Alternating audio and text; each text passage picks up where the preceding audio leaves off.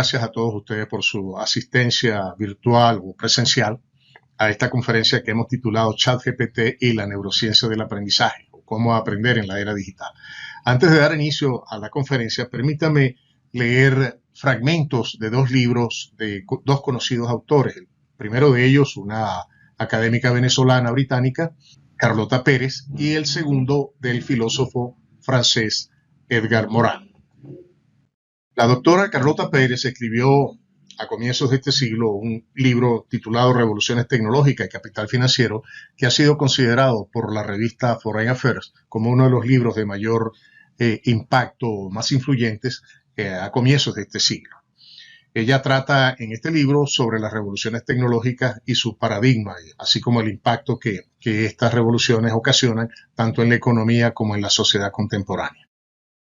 La doctora Carlota define a una revolución tecnológica en los siguientes términos. Una revolución tecnológica puede ser definida como un poderoso y visible conjunto de tecnología, productos e industrias nuevas y dinámicas, capaces de sacudir los cimientos de la economía y de impulsar una oleada de desarrollo de largo plazo. El desarrollo lo define la doctora Carlota de la siguiente manera. El desarrollo es un proceso escalonado con grandes oleadas cada 5 o 6 décadas, cada una de las cuales conlleva profundos cambios estructurales dentro de la economía y en casi toda la sociedad. La doctora Carlota define 5 eras desde el momento en que se inicia la revolución industrial hasta la era en la cual estamos actualmente, que es la era de la informática y la telecomunicación. Entre una era y otra, como la podemos ver en este diagrama, transcurre generalmente 50 años. Entonces vemos cómo hay una transición de la revolución industrial a la era del vapor y los ferrocarriles, a la era del acero, la electricidad, la ingeniería pesada, la era del petróleo, el automóvil y la producción en masa, y la era de la informática y las telecomunicaciones. Pues bien, han transcurrido 50 años desde que se desarrolló el Internet y se han creado una serie de dispositivos tecnológicos, tales como el mismo computador, el PC, el computador personal, el celular y toda esa serie de tecnologías que han caracterizado, que están actualmente en uso cotidiano, ¿no? Son de uso ubicuo. Sin embargo, a raíz de este boom de la inteligencia artificial, y habiendo ya transcurrido 50 años desde el inicio de esta era, nos preguntamos si estamos ante una nueva era que podríamos muy bien denominar la era de la inteligencia artificial.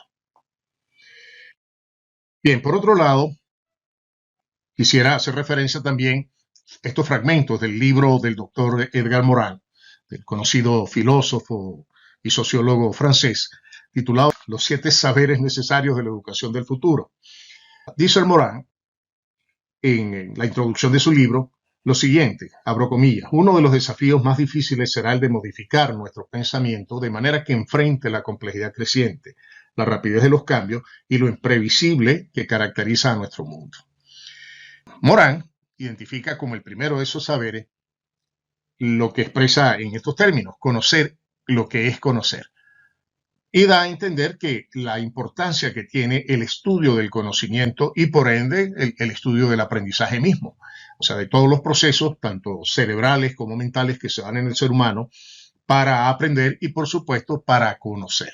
Entonces de allí la importancia que le damos en esta conferencia al aspecto de la neurociencia. Es decir, la neurociencia es hoy en día una de las disciplinas en plena evolución que puede tener un impacto tan o quizás mayor que el que tiene actualmente la inteligencia artificial.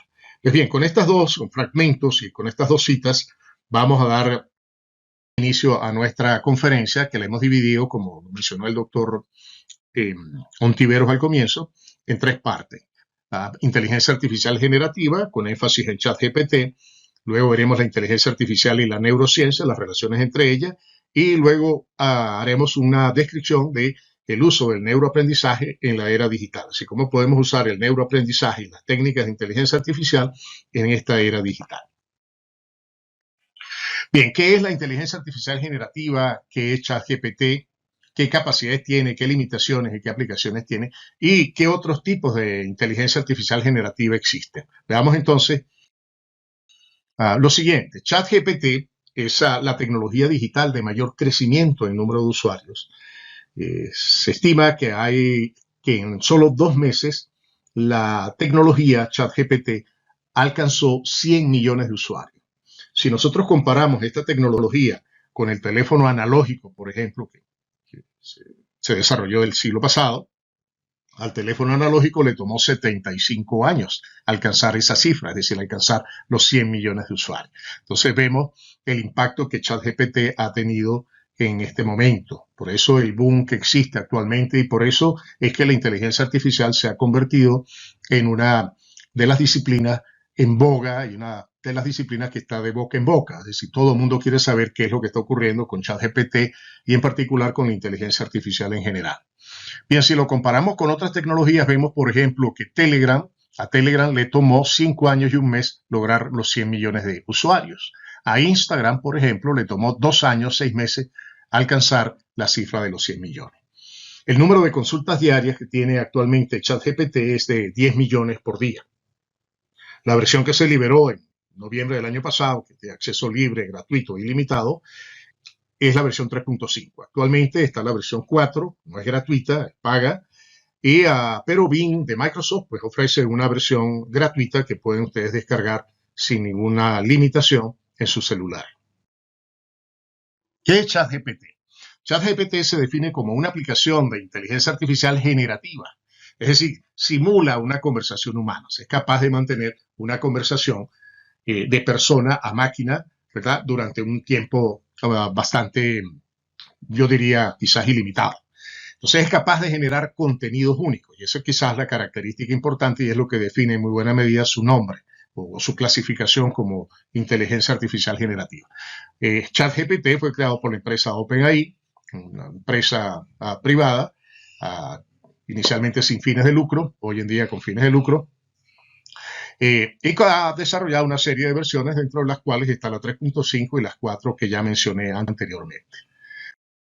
Veamos qué es entonces la inteligencia artificial generativa. Y para ver este tipo de inteligencia he preparado un pequeño video muy corto que nos muestra qué es la inteligencia artificial generativa hecha en términos de este tipo de inteligencia. Es decir, el video que vamos a ver fue creado con inteligencias artificiales generativas. Por supuesto, yo dirigí todo el proceso y hice la edición final, pero gran parte de lo que vamos a ver fue creado de manera generativa.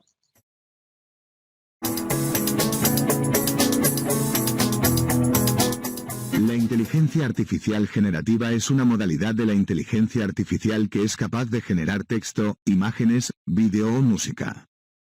Los analistas coinciden en que nos encontramos ante un punto de inflexión y la adopción masiva de la inteligencia artificial es inminente.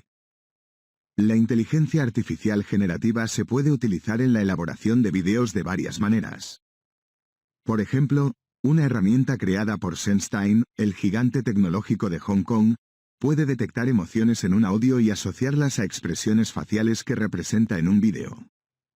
También se utiliza en la industria de los videojuegos para generar mundos virtuales y personajes.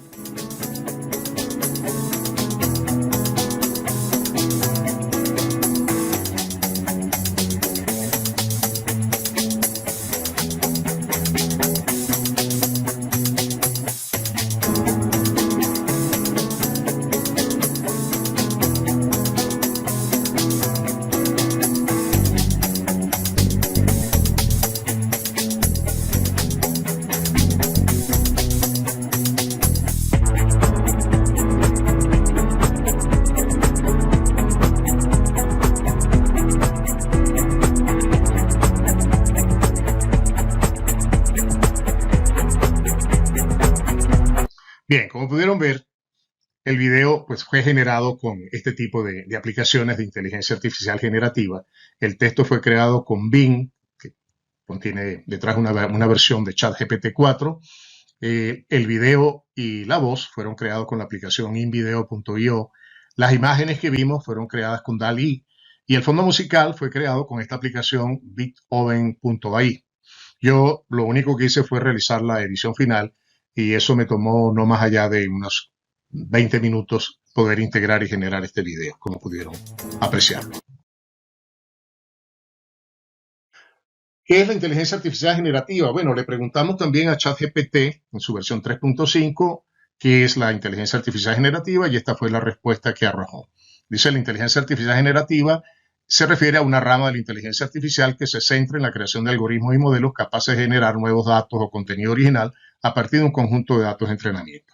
Lo que es importante en esta definición y las que vamos a ver a continuación es que la aplicación genera estas definiciones de manera propia, es decir, no consulta o no toma, mejor dicho, texto de las páginas web que ya existen, sino que él genera automáticamente estas respuestas. La versión ChatGPT 4, que está instalada detrás de Microsoft Bing, también nos dio otra definición parecida. Dice: la inteligencia artificial es la rama de la inteligencia artificial que se enfoca en la generación de contenido original a partir de datos existentes.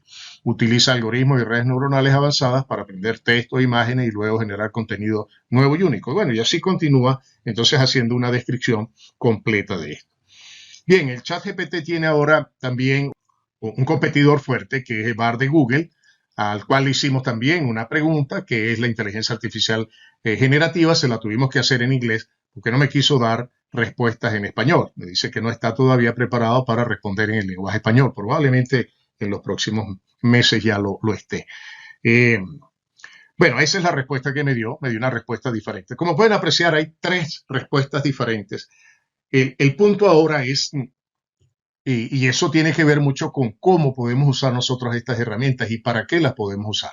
Pues bueno, si queremos usarlas para aprender, pues obviamente tendríamos que hacer varias consultas, tener un conjunto de preguntas listas para poder interactuar con estas aplicaciones y analizar, ¿verdad?, a fondo cada una de ellas. Es decir, no tomar directamente lo que ellas han generado y hacer lo que podría hacer cualquiera que quiera hacer trampa, es decir, hacer un copy-paste. Lo interesante y lo importante de esto es entonces que podamos analizar esas definiciones y poder extraer conclusiones a partir de ellas. Eso fue lo que hice con respecto al análisis de esas 3 definiciones. La primera conclusión que saqué de analizar ella dice: la inteligencia artificial generativa es una de las ramas de la inteligencia artificial. Produce aplicaciones capaces de generar contenido original en forma de texto, imágenes, audio, video. Las aplicaciones emplean algoritmos y modelos de lenguaje basados en el aprendizaje de máquinas, las redes neuronales y el procesamiento del lenguaje natural. Las aplicaciones se entrenan con grandes volúmenes de datos que son luego usados para generar respuestas a preguntas que hace el usuario. Durante el entrenamiento, sus redes neuronales aprenden patrones y reglas necesarias para comunicarse con el usuario y generar las respuestas a las preguntas, es decir, generar lo que conocemos como prompt. Pues bien, aquí pueden haber muchas preguntas o dudas que le surgen a uno, por ejemplo, ¿qué es un modelo de lenguaje? Entonces ahí es donde está la gracia del uso del ChatGPT. Podemos preguntarle a él: acláreme qué es un lenguaje y qué es un modelo de lenguaje y cómo se usa y qué es el aprendizaje de máquina o qué son las redes neuronales. Entonces, como podemos ver, podemos aprovechar al máximo esta herramienta para aprender y mantener a través de un determinado proceso de aprendizaje esa interacción con la herramienta. Por un lado, aprende la máquina porque la máquina va a aprender de la conversación que mantenga con usted, y también, por otro lado, usted va a aprender de esa comunicación. Bien, ¿qué cosas puede hacer ChatGPT? Bueno, puede escribir artículos para un blog, puede escribir poemas, programas de computación, recetas de cocina, recomendaciones de salud, planes de diferente naturaleza, exámenes, etc. Y por supuesto, mantener una conversación sobre cualquier tema a cualquier hora del día, lo cual es una gran ventaja para aquel que quiere aprender. Veamos un ejemplo. No lo voy a presentar, no lo voy a leer, por supuesto, pero le pedí que elaborara un post para un blog de tecnología que explicara para lectores no expertos qué es una red neuronal. Bueno, eso fue lo que produjo ChatGPT, un artículo completo, muy bien descrito, con una introducción, un desarrollo del tema y una conclusión que no está mostrada acá, pero que la elabora, la genera, porque tiene una estructura para generar este tipo de documentos. Le pedí también que elaborara, y esto lo hicimos en una conversación que tuvimos con ChatGPT, el doctor Eleazar Ontiveros y quien les habla, en mi casa. Le pedimos que escribiera una poesía que relacionara el alma con el pecado y el infierno en cualquier movimiento poético. Bueno, y elaboró una poesía de esta naturaleza. Ustedes, los que son expertos son lectores asiduos de poesía y los especialistas en el tema literario, pues podrán analizar esa poesía para determinar cuál es la calidad que tiene. También es posible crear programas con él. Le pedí que creara un programa en Python para implementar una calculadora de escritorio y me arrojó un programa completo con las distintas funciones necesarias para poder manejar una calculadora de manera automática en un programa cualquiera. Bien, ¿qué significa entonces GPT? GPT significa Generative, Pre-trained y Transformer. O sea, generativo porque es la capacidad que tiene esta herramienta para generar contenido nuevo, bien sea en forma de texto o en forma de imágenes. La P viene de pre-entrenado, es decir, ha sido entrenado previamente con un volumen muy elevado de datos de Internet. Transformer es porque se basa en una arquitectura de tipo transformador, es decir, la arquitectura, la estructura que tiene la aplicación se conoce con este nombre, bajo este nombre de Transformer. Bien, el GPT tiene, y todos estos chatbots tienen básicamente tres grandes procesos para poderlos desarrollar y poner en el mercado, es decir, liberar el producto. Tiene una fase de entrenamiento, una fase de transformación y, por supuesto, la fase de generación de contenidos. Durante el entrenamiento, que son las fases iniciales de construcción de esta herramienta, se acude a fuentes muy diversas. Caso de ChatGPT, pues se acudió a libros, artículos, blogs y páginas de Internet, todo a través de Internet, de material que está disponible en Internet, lo cual arrojó un total de 570 gigabytes. Posiblemente unas cuantas librerías del Congreso podrían caber en esta cantidad, es decir, 570 gigabytes, pues es una cantidad bastante grande de datos que fueron tomados, fueron limpiados, o sea, fueron organizados para poder alimentar la base de datos que usa este sistema. Luego él, con esos datos, hace una transformación para poder entonces luego crear una gran red de conexión de palabras, ¿verdad? Que le permita luego generar la respuesta a las preguntas que el usuario le hace. En esa transformación, el número de parámetros, ya vamos a ver qué son los parámetros, están en el caso del GPT de la versión 3.5 por el orden de los 175.000 millones de parámetros. Es una cifra sorprendente. Es también un indicador del volumen que está detrás de él. Bien, ¿de qué es capaz una inteligencia artificial generativa? Un poco más allá del ChatGPT. Una inteligencia artificial generativa emula esencialmente procesos cognitivos que son propios del ser humano. Y sus capacidades van a aumentar en la medida que aumentan los parámetros durante el entrenamiento. Es decir, que el entrenamiento es un aspecto clave, fundamental, en el desarrollo de una aplicación de esta naturaleza. Y es probablemente la etapa que más tiempo consume antes de poder liberar el producto, es decir, de sacarlo al mercado. Los procesos cognitivos que una herramienta de esta naturaleza puede hacer, los hemos indicado en esta lámina. Van desde preguntas y respuestas, un análisis semántico de un texto, aritmética, es decir, puede realizar cálculos, conocimientos generales, es decir, puede usted intercambiar conocimiento general con un chatbot de esta naturaleza, puede realizar una comprensión de una lectura, un resumen, una inferencia lógica, un razonamiento de sentido común, reconocimiento de patrones, traducción, diálogo, entendimiento del lenguaje, generación y depuración de código y, por supuesto, la generación de imágenes, videos, música y voz. Bien, el ChatGPT obviamente no es la única que existe. Actualmente existen alrededor de 2.700 aplicaciones inteligentes que han sido catalogadas por este portal llamado futurepedia.io. No todas ellas son generativas, hay aplicaciones de toda naturaleza, pero se estima que hay más de 200 aplicaciones que fueron creadas desde el momento en que se liberó ChatGPT hasta este instante. Es decir, que el boom no solamente lo está marcando o lo está indicando o lo está creando ChatGPT. El boom es de todas las inteligencias artificiales generativas. Aquí hay una clasificación de ellas en función del tipo de generación que ellos realizan. Están indicadas las que generan texto, las que generan imágenes, voz, música, video y código. O sea, esa clasificación que está indicada muestra entonces las capacidades que tienen este tipo de inteligencias artificiales generativas y que pudimos apreciar con el video que vimos al comienzo.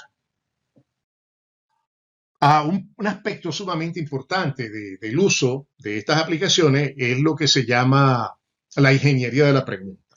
La ingeniería de la pregunta, pues quizás es un término un poco ribombante, un término quizás exagerado, pero tiene una característica muy particular, y es que para poder asegurar la calidad de la respuesta, nosotros tenemos que introducir una pregunta de calidad.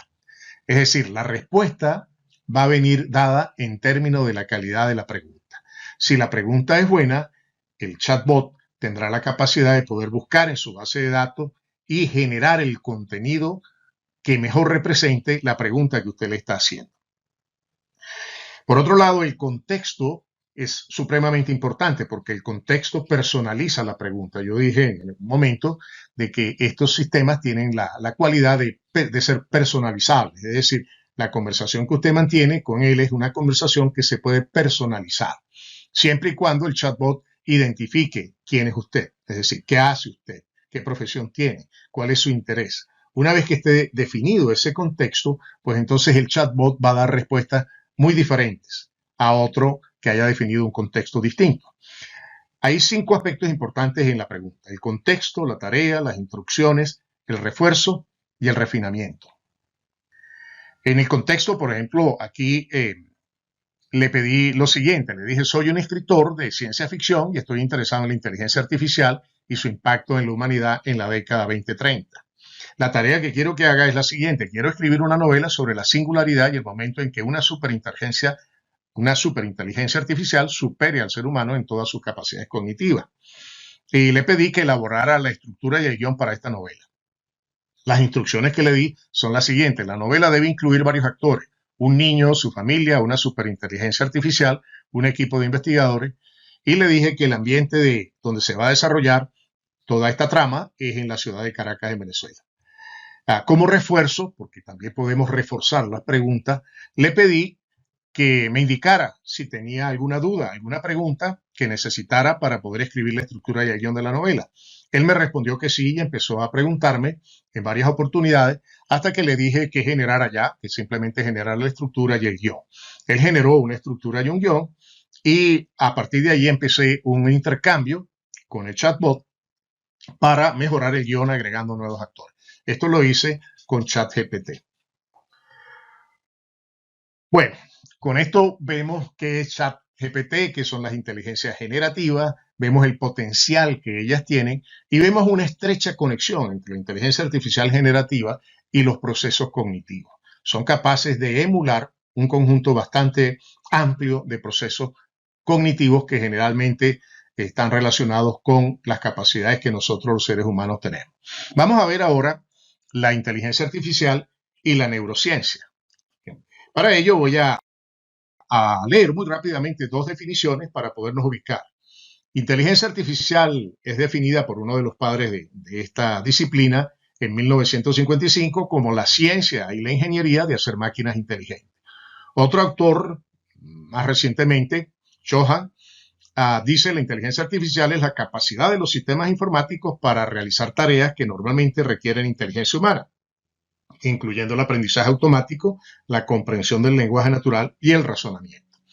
Por otro lado, la neurociencia, que es una disciplina que se ha desarrollado separadamente de la inteligencia artificial, pero que mantiene una estrecha conexión, como veremos seguidamente, se define de la siguiente manera. Y esta definición me la da precisamente ChatGPT, y esa es la manera como se está citando actualmente. No citamos a ChatGPT, sino citamos al autor de esa herramienta, en este caso OpenAI. La neurociencia es el campo científico que se ocupa del estudio del sistema nervioso, incluidos el cerebro, la médula espinal y los nervios periféricos. Su objetivo es comprender cómo el sistema nervioso se desarrolla, se estructura y funciona, y cómo estas características se relacionan con el comportamiento, la cognición, la percepción y otros aspectos de la experiencia humana y animal. Bien, estas 2 disciplinas se han venido desarrollando de manera paralela. Si bien la inteligencia artificial tiene sus orígenes a mediados del siglo pasado, alrededor de 1950, que es cuando surge el computador, la inteligencia artificial nace en paralelo con el computador, ellas se han venido desarrollando de manera, por supuesto, separada, pero ha habido una estrecha interacción entre ambas. Hoy en día, ambas se alimentan mutuamente. La neurociencia se alimenta de los desarrollos de la inteligencia artificial y la inteligencia artificial a su vez se alimenta de la neurociencia. En particular, la inteligencia artificial ha tomado muchos aspectos de lo que se llama la neurociencia cognitiva, que es la que estudia los procesos de la mente, o sea, los procesos cognitivos. Porque la neurociencia pues estudia fundamentalmente el cerebro, ¿okay? Se hace el énfasis en la parte, como bien lo indicamos aquí, en la parte molecular, celular, en la parte anatómica, fisiológica, es decir, en distintos aspectos de la biología del cerebro. Sin embargo, la cognitiva, que guarda una relación mucho más estrecha con la psicología, pues ha desarrollado una serie de teorías vinculadas con los procesos cognitivos de la mente. De allí se ha extraído mucha información para crear, en muy buena medida, toda esta serie de técnicas, de aplicaciones de la inteligencia artificial, como es el aprendizaje de máquina, el aprendizaje profundo, las redes neuronales, el reconocimiento de patrones, el procesamiento del lenguaje natural y los chatbots en particular. Entonces aquí vemos que existe una estrecha conexión entre estas dos disciplinas. Veamos con un poco más de profundidad esta conexión. Aquí podemos ver cómo y comparamos lo que es una neurona humana con una neurona artificial. En la parte izquierda vemos una neurona, las distintas componentes de la neurona, los dendritas, su cuerpo, el axón, que es la parte que comunica una parte de la red neuronal con la otra, y luego tenemos, ¿verdad?, los terminales del axón, que es donde se produce la conexión entre una neurona y otra y un proceso electroquímico conocido como sinapsis. La neurona, pues, es entonces la unidad funcional básica del sistema nervioso, es decir, del cerebro y la médula espinal, y procesan y transmiten información y se comunican a través de impulsos electroquímicos conocidos como sinapsis. Por otro lado, a partir de esta estructura que tiene la neurona, los especialistas en inteligencia artificial pues han creado una neurona artificial que es básicamente una función matemática, ¿verdad?, que emula en muy buena medida el comportamiento de una neurona humana. Es una función matemática que va a computar un valor a partir de un conjunto de datos de entrada. Para mostrar un poco la idea general, sin ahondar mucho por la complejidad que tiene el tema, vemos que una neurona artificial, puede predecir, por ejemplo, el precio de una casa en función del número de habitaciones, el tamaño de metros y la edad en años. Para ello definimos como variables de entrada, ¿verdad?, X1, el número de habitaciones, X2, el tamaño en metros, y X3, la edad en años.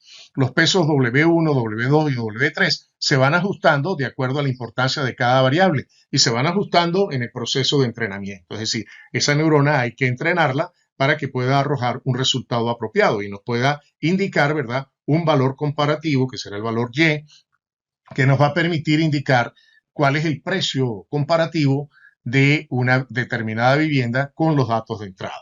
Esa es, en términos generales, la manera de actuar de una neurona artificial. Si vemos, hay una analogía estrecha, ¿no?, tanto en las entradas como en la salida, tanto en la neurona humana como en la neurona artificial.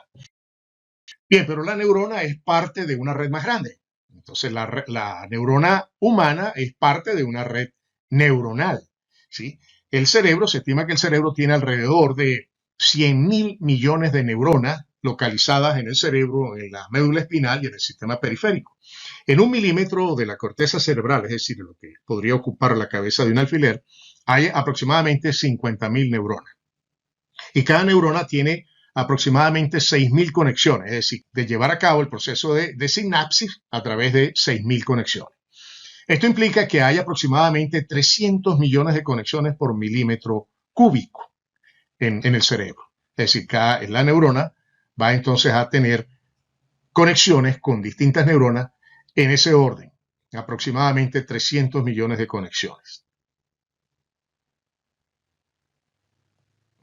Por otro lado, la neurona artificial, que emula en muy buena medida la neurona humana, está formada por nodos. Cada nodo es una neurona y se va a comunicar con otras neuronas desde una capa de entrada, es el conjunto de neuronas que se ubican verticalmente, se conoce como capa. Entonces hay un conjunto de capas y las capas se van a ir interconectando en un proceso muy similar al de la sinapsis, o que emula la sinapsis, ¿verdad?, para ir creando, para ir estructurando el conocimiento e ir dando respuesta durante el proceso de entrenamiento, es decir, para poder crear esa red de conexiones que existe en lógica entre los distintos datos que manejan en su base de datos y en su estructura fundamental.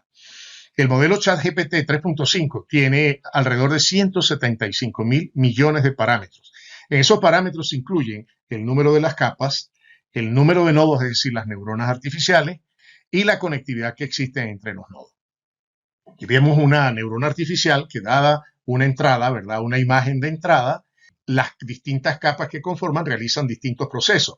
La primera capa, ¿verdad?, separa los distintos píxeles, luego identifica los bordes, luego combina los bordes, luego identifica los distintos aspectos de la imagen, para luego dar una respuesta y decir la salida, ¿verdad?, a esta imagen es el nombre de la persona que está ubicada allí, en este caso George Washington. Bien, ¿cómo se crean las aplicaciones inteligentes? Pues bien, la inteligencia artificial y la computación han desarrollado técnicas para enseñarle a las máquinas a, como lo hemos indicado acá, adquirir, representar y almacenar conocimiento.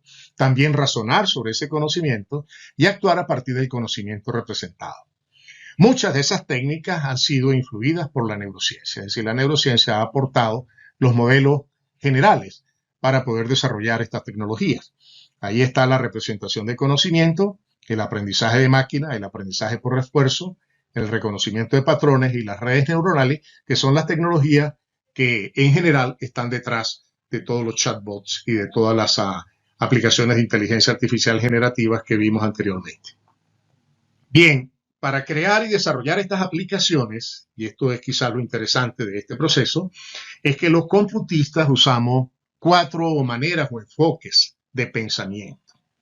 Para desarrollar o construir cualquiera de las aplicaciones anteriores, usamos el pensamiento ontológico, que nos permite a nosotros entender, ¿verdad?, los objetos que están detrás de determinada ontología, por ejemplo, de una red neuronal, y poder relacionar esos conceptos, ¿verdad?, y establecer cuáles son las propiedades de las neuronas y de las redes neuronales. El pensamiento ontológico se acompaña también con el pensamiento sistémico, que le permite dar cuerpo, estructura a la aplicación, nos permite definir, ¿verdad?, cuál es la intencionalidad de la aplicación, cuál es su estructura, cuál es su funcionalidad, cómo se comporta o se debe comportar esa aplicación y, sobre todo, cuáles son las relaciones que esa aplicación mantiene con el ambiente. El pensamiento computacional, que es fundamental en todo computista, pues tiene una serie de principios que son usados, por supuesto, para poder crear las aplicaciones y poder construir los algoritmos y los programas que están detrás de todo este tipo de tecnología. Y finalmente está el pensamiento de diseño, que nos permite manejar todo lo relativo a los procesos, es decir, sobre todo la parte de innovación y de creatividad que es fundamental en el desarrollo y construcción de estas aplicaciones inteligentes. Pues bien, aquí paro entonces para hacer una pregunta. Como podrán observar, pues hemos sido sumamente exitosos enseñándole a las máquinas a pensar, al punto de que hoy en día tenemos máquinas que pueden igualarnos en nuestra manera de pensar y en las respuestas que nos dan a muchas de las preguntas que nosotros nos hacemos, como pudieron apreciarlo con los chatbots anteriores. Ahora bien, si hemos sido muy exitosos enseñando a las máquinas a pensar, debe ser porque esas técnicas y maneras de pensar son muy buenas. Entonces me he hecho la siguiente pregunta, que es la pregunta fundamental que ha guiado mi investigación durante los últimos 4 años, es ¿por qué no usar estas técnicas para mejorar nuestras capacidades y habilidades de aprendizaje? Es decir, si las técnicas son sumamente buenas para enseñarle a las máquinas, esas técnicas tienen que ser muy buenas para enseñarnos nosotros mismos. Entonces, esa es la idea fundamental de la tercera parte que vamos a ver a continuación. Es decir, cómo podemos usar las técnicas de inteligencia artificial y los procesos cognitivos de la neurociencia para incrementar nuestras capacidades de aprendizaje. Aquí entramos entonces en el tema del neuroaprendizaje. El neuroaprendizaje se define como la aplicación de la neurociencia a los procesos de aprendizaje, los procesos cognitivos de aprendizaje. Y esto tiene que ver, aquí hay varias corrientes, algunas se enfocan en los procesos neurales, es decir, lo que ocurre en el cerebro durante el proceso de aprendizaje. Otros más bien se enfocan en la parte cognitiva, es decir, ver cómo nosotros podemos mejorar nuestros procesos cognitivos a través del estudio del cerebro. Pues bien, algunos de esos procesos cognitivos que están asociados al aprendizaje, entendiendo el aprendizaje como uno de los procesos cognitivos también. Los procesos cognitivos asociados al aprendizaje pues son básicamente la percepción, la memoria, que es donde almacenamos lo aprendido, el pensamiento, que dice cómo nosotros pensamos, cómo nosotros analizamos un problema, la conceptualización, que es fundamental para poder entender el mundo que nos rodea, el razonamiento para poder deducir, sacar conclusiones de lo aprendido, la atención, que es fundamental, ¿verdad?, para poder concentrarnos y poder aprender. Y por supuesto, se ha demostrado que la emoción juega un papel fundamental en todo proceso de aprendizaje. O sea, la emoción está vinculada, por supuesto, con la motivación que uno tenga para aprender. En la medida que tengamos una mayor motivación para el aprendizaje, pues ese proceso cognitivo se va a encargar de mejorar el proceso de aprendizaje. Bien, en relación al pensamiento, pues existen muchas formas de pensar. Aquí nombro 5 de las formas más comunes de pensamiento: el pensamiento crítico, el ontológico, el sistémico, el computacional y el de diseño. Estos 4 últimos, incluso el quinto también, son fundamentales, como lo mencioné anteriormente, en la construcción de herramientas de inteligencia artificial. Son los tipos de pensamiento que nosotros usamos para desarrollar esta tecnología. Ahora bien, podemos categorizar el aprendizaje, y eso es lo que ha hecho la neurociencia del aprendizaje o el neuroaprendizaje. Pues ha ido identificando distintas maneras de aprendizaje, distintas a las corrientes que se desarrollaron el siglo pasado, que como son las teorías clásicas del aprendizaje, como lo son, por ejemplo, el constructivismo, el conductismo y el comportamiento, las teorías del comportamiento, que fueron fundamentales durante la década pasada para poder mejorar el aprendizaje y mejorar los procesos educativos, sobre todo los procesos de enseñanza. Pero bien, el neuroaprendizaje ha venido desarrollando sus propias teorías sobre el aprendizaje. De ahí emerge lo que llamamos el aprendizaje asociativo, el aprendizaje por refuerzo, el perceptivo, el conceptual, el experiencial, el procedimental, y hay otras nuevas maneras de aprendizaje que se van incorporando y que en su mayoría provienen de la neurociencia. Vamos a ver aquí a partir de ahora cómo podemos usar estas maneras de pensar para resolver problemas. Voy a seleccionar solamente 4 de ellas: el pensamiento ontológico, el sistémico, el computacional y el de diseño. Y pongo como ejemplo lo siguiente: cómo utilizar la tecnología de los drones, por ejemplo, para el levantamiento topográfico de una zona. Entonces, suponga que usted es un ingeniero civil que está interesado o tiene como tarea, ¿verdad?, levantar la topografía de una determinada zona, para lo cual pues le han asignado un dron. Pero el problema que se le presenta es que usted no tiene conocimientos del dron, o sea, no sabe lo que es un dron, nunca lo ha usado. O sea, se topa con esta tecnología por primera vez. Entonces, ¿cómo podemos nosotros usar estas formas de pensamiento del neuroaprendizaje para poder mejorar, para poder toparnos y poder dominar la tecnología de los drones en muy corto tiempo? Pues bien, el pensamiento ontológico nos va a permitir conceptualizar el problema, es decir, identificar los objetos que componen a un dron, cuáles son sus relaciones, identificar las propiedades de cada componente del dron y poder construir un modelo con un lenguaje artificial que nos permita entender qué es un dron, cómo se estructura, cómo está compuesto. El sistémico nos va a permitir ver el problema como un sistema, es decir, podemos ver el dron desde distintas perspectivas, desde la perspectiva del usuario, del desarrollador, del operador, etc. E identificar la estructura que tiene el dron, cuál es su funcionalidad, cuál es su comportamiento. El pensamiento computacional aporta también unos principios interesantes en todo esto. El principio de abstracción, que es fundamental en los procesos cognitivos, que es concentrarse en lo relevante y dejar de lado aquello que no es relevante para poder avanzar en el proceso de aprendizaje. Otro principio es descomponer el problema, por ejemplo, descomponer el dron en todas sus partes hasta llegar a un nivel de profundidad suficiente para poder entender qué es un dron y cómo poderlo usar. También podemos usar los algoritmos para diseñar cómo podemos usar el dron, ¿no? Es decir, cómo podríamos utilizarlo, cómo le podemos dar mantenimiento. Podemos reconocer patrones similares, es decir, asociar ese dron a otras tecnologías similares y evaluar, por supuesto, la solución que nos hemos planteado. Por otro lado, el pensamiento de diseño nos va a permitir diseñar la solución mediante procesos de creatividad e innovación, entender a los usuarios, observar sus procesos, idear soluciones y modelar la mejor solución. Es decir, el pensamiento de diseño nos va a permitir entonces construir los procesos necesarios para poder aplicar la tecnología de drones al problema que nos atañe, que es el levantamiento topográfico de una zona. Hay entonces 4 categorías asociadas a estas formas de pensamiento que nos las da el neuroaprendizaje. Es el para aprendizaje perceptivo, el conceptual, el algoritmo y el experiencial. El perceptivo es de tipo sensorial, es decir, nos va a permitir percibir las propiedades físicas del objeto. El conceptual es de tipo cognitivo y nos permite conceptualizar y modelar el objeto de estudio, es decir, elaborar un diagrama o un modelo que nos permita comprender qué es un dron. El algorítmico nos permite, es de tipo procedimental y nos va a permitir, por ejemplo, elaborar o describir la secuencia de pasos para utilizar el dron o para manejarlo. Y el experiencial es de tipo vivencial y nos va a permitir desarrollar las habilidades y las destrezas en el uso del objeto de estudio. Entonces, estas 4 formas de aprendizaje, combinadas con las 4 maneras de pensar que vimos, forman entonces un equipo o una estructura conceptual o cognitiva que le va a facilitar a usted el proceso de aprendizaje. Veamos el ejemplo. El aprendizaje perceptivo pues va a consistir, como lo mencioné, en captar las propiedades físicas del objeto de estudio.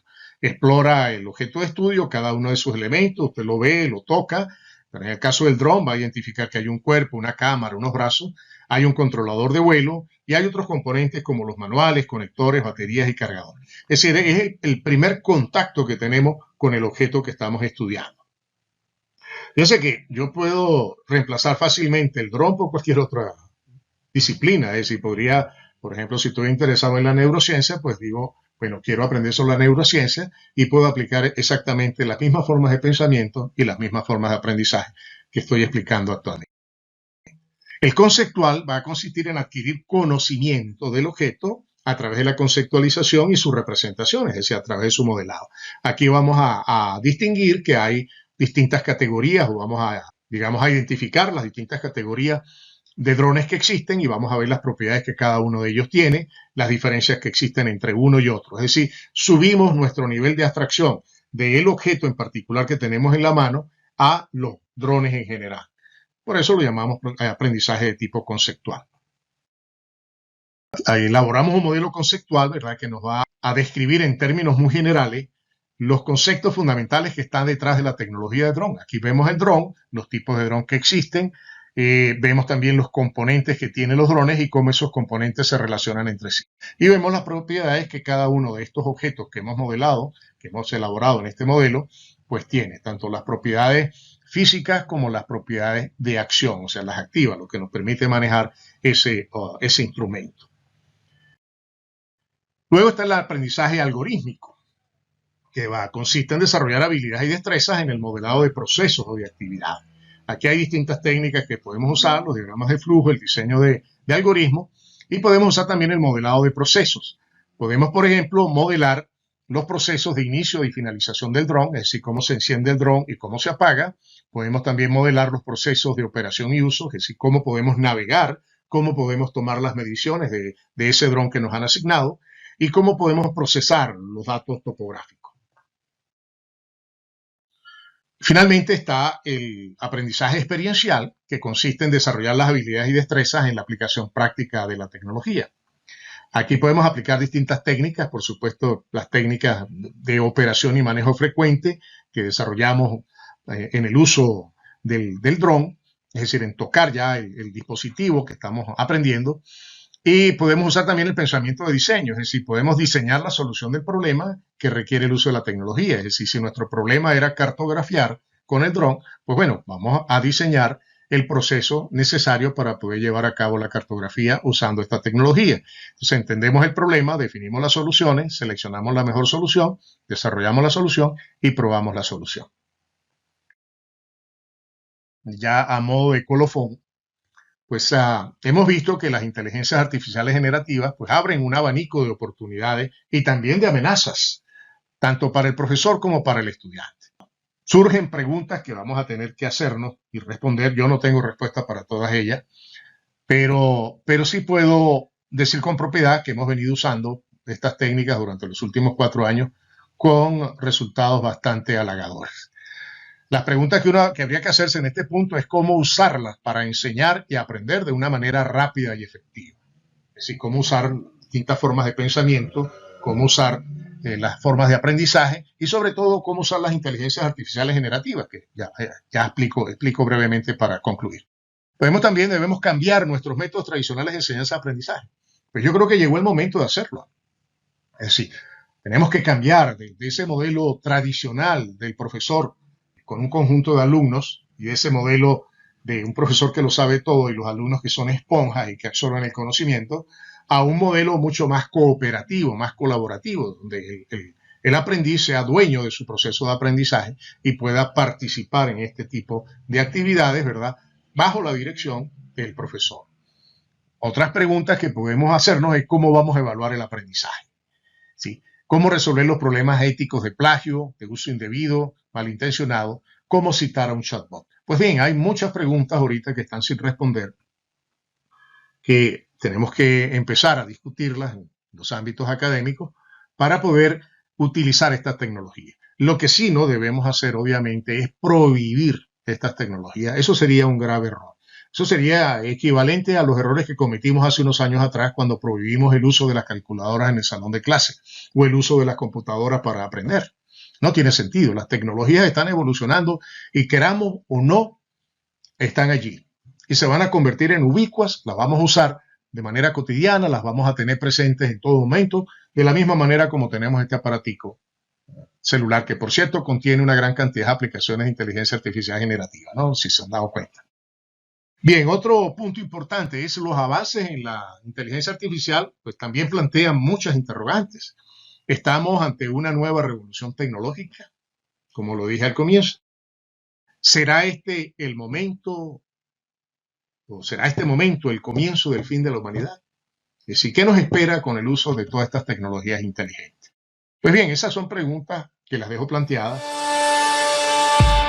Muchísimas gracias a todos ustedes por su atención.